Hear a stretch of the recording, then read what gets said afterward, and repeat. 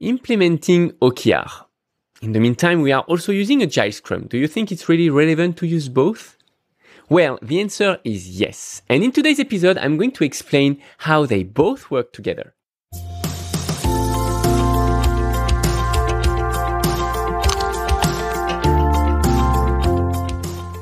Hi, I'm Amaury, founder and CEO at My CTO Friend, where founders come to learn how to build their tech startup. And with this Startup Snack series, available on both podcast and YouTube, we want to share the essential to make it easier for you to build your tech startup. And I've been coaching tons of startups, and most of the time, we start by implementing the Agile Scrum methodology. Just because founders usually think either long-term product vision, etc., or next step. For example, for one of the startups I coach, the developers have been using Scrum for a while. As the company grows, we have now to be a bit more strategic about the priorities and helping the product owner to make better decisions for the company, and without asking all the time to the CEO what to do. And that's where OKR come into place. If you haven't watched my video on OKR, I invite you to do so. It's in the description. You have the link directly. And in a nutshell, OKR is here to help the company to move towards its vision. On the top, the company's vision or the product vision, that should be the leitmotif for the company, for everyone's employees. That's what people should have in mind. Then below you have the product goals, basically what this product will allow the customers to do and how. Then come the OKR level. The OKR are defined at a company and team's level to move towards the company's or the product goals, and hopefully meet some of these goals one day.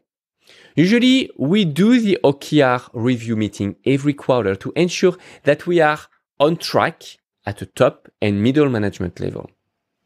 And that's when the Agile Scrum methodology comes into place. And usually, at that level, it's perfectly aligned with the OKR, as we are now transforming the quarter goals into actionable tasks that we're going to group in sprints, of course. And according to the Agile methodology, we call these big tasks epics, and under the subtasks are called stories.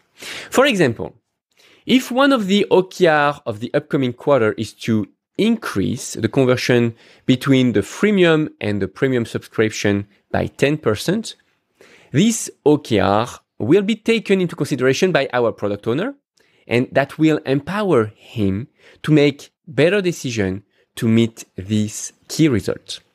So the product owner will then be able to brainstorm with its team and to make decisions on what's the best things to do to increase by 10% that conversion rate. He can come up with some redesign ideas, maybe splitting the onboarding in smaller steps, or maybe asking to a provider what to do, or maybe to increase the amount of interactions or notifications with the users. Then you might think, yeah, but the product owner doesn't have all the answers. And that's why we should invite maybe the chief marketing officer or someone from the marketing or the customer support team to brainstorm with him or her. And then the product owner will be able to make a relevant decision.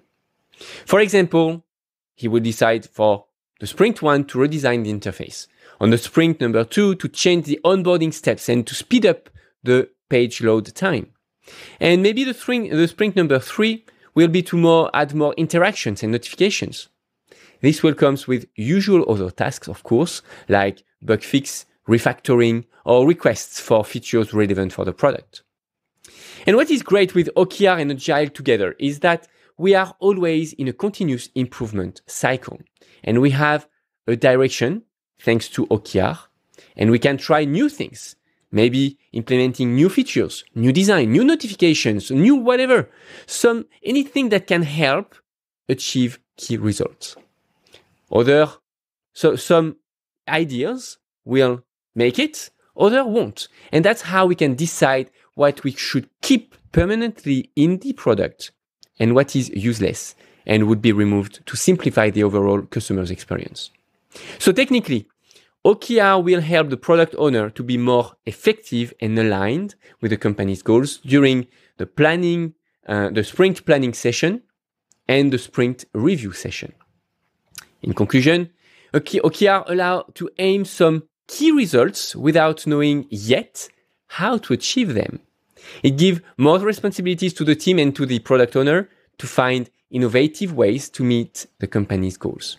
And with OKR in mind, everyone in the company is aligned and can find new ideas, and manager can make better decisions without asking all the time to the top management.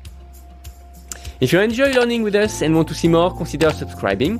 Help us spread the word by hitting the like button and by sharing with your entrepreneur friends. And if you have any question or want to suggest a topic, feel free to comment down below. And you can also check out our website to learn more about our program and how you can join.